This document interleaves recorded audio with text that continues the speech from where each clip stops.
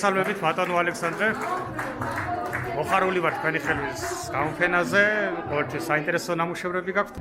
ეს სპონტანურად გადავწყვიტე და ძალიან მოხარული ვარ მოვასწარე, რომ ესეთ ჩავდიდი ამ ფორმატში და შაგალი როგორც მოგეხსენებათ, ჩემი ერთ-ერთი საყვარელი ხატვარია და რაღაცა ჩაჭდა ამ და ესე წარმოვადგინე ჩემი ეს თავი ასე ვთქვათ და მოხარული ვარ ძალიან, რომ რაღაცა ჩემთვისაც ძალიან აქტუალური იყო ეს სიუჟეტი, ეს ინსპირაცია ძალიან ხატავთ აქტიურად, თვალს კი ვადევნებ არ ჩერდებით. აუცილებლად დასვენერად არ გაქვს. ლეგალია. დიდი მადლობა. შეიძლება პერსონალური გამოგონას გავგებთ. წინარ.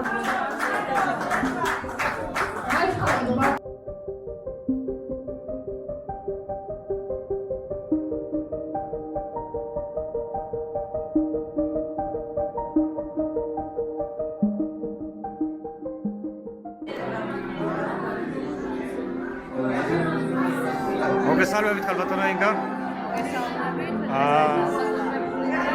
ვარდები და ფოთის გერბი არის? ეს არის მე წარმოვადგინე ორი ჩემი აშენი. ერთ-ერთი გახლავთ ქალაქის ლოგო, რომელიც ჩემი ფერებითა და ნატურისეული ფერით განხორციელებს ინტერპრეტაცია. თაღი არის კარიბჭე, ასე განვითარება და მომავალი, ყოველთვის ელემენტები დამოუკიდავს ქალაქის ენერგიასა და ძალას. ეს ნიშანია სახელმწიფოს, როგორც ჩავისხვის კარიბჭეს და დამოუკიდავს ქალაქის ენერგიას. კრისტალები ქვია, ხო? კრისტალები ხომ შესრულებული და საავტორო ნამუშევარია, არის ქალაქის ლოგო, მაგრამ ჩემი ინტერპრეტაციით გადმოვიცი. და უმესილებლობას გადავხადო ძვირფას ქალბატონებს, დიანა და ლინა რევაზიშვილებს ამ შესაძლებლობისთვის.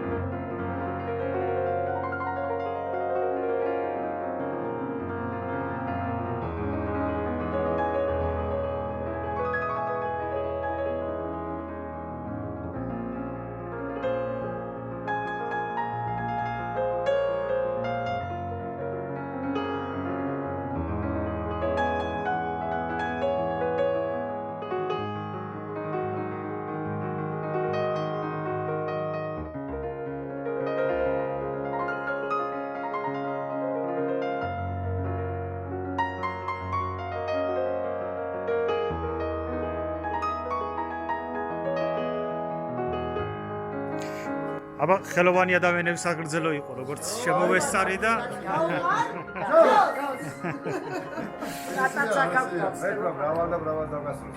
მრავალი გამოფენები გადაგიდები.